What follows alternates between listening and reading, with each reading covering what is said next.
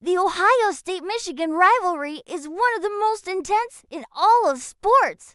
And this year, the Buckeyes' victory lap went all the way to Dave Portnoy's front lawn. If you don't know, Portnoy, the founder of Barstool Sports, is a die-hard Michigan fan. And after Ohio State snapped their 4-game losing streak to the Wolverines with a dominant 27-9 victory, some Buckeye fans decided to have a little fun at his expense. Portnoy posted a photo on X showing his yard decorated with some interesting new additions. There were signs that read "Ryan Day lives here rent-free" and another one that hilariously claimed "Ryan Day is my papa." To top it all off, someone planted a big Ohio State flag right in his yard. You have to admit, that's some next-level trolling. This prank came after a huge win for the Buckeyes. Not only did it break the losing streak, but it also secured their spot in the Big Ten championship game with an undefeated season.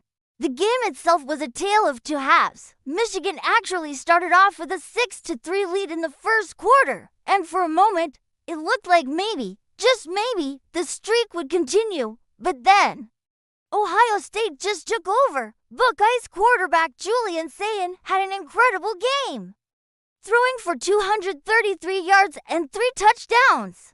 He was connecting with his receivers and just dissected the Michigan defense.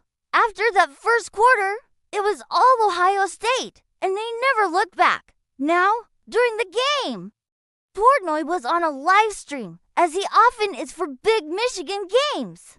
But as the tide turned and an Ohio State victory became inevitable, eagle-eyed viewers noticed that he disappeared from the stream before the game even ended.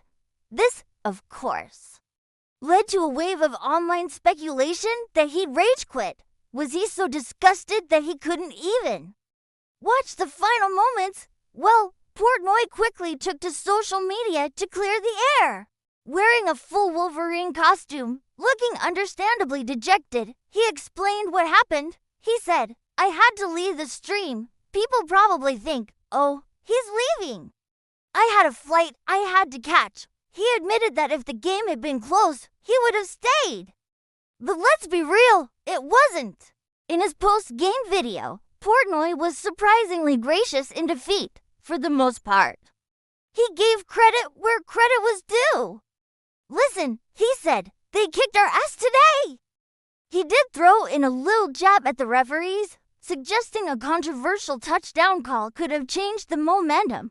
But he quickly followed it up by saying it would have taken a miracle for Michigan to win. He acknowledged that Ohio State was just the better team in all 3 phases of the game.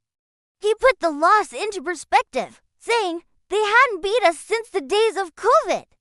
I guess I knew they'd beat us again once eventually in the rest of my life. It was this one." He even seemed to understand the inevitable shift in tone from the rivalry. Ohio State now, they'll probably be arrogant, whatever. That's the game. That's the rivalry. It was a classic concession speech from a superfan who has been on the winning side for the past few years. He summed it up perfectly. All good things must come to an end. They beat us.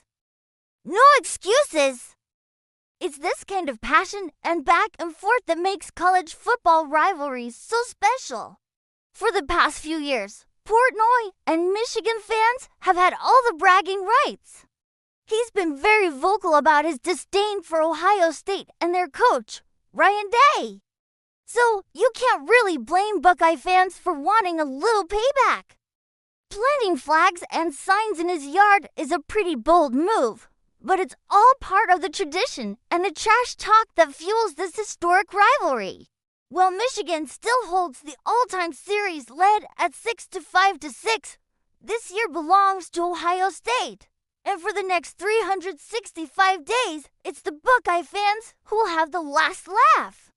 Ryan Day finally got the monkey off his back, and his team is heading to the Big Ten championship with national title hopes still very much alive.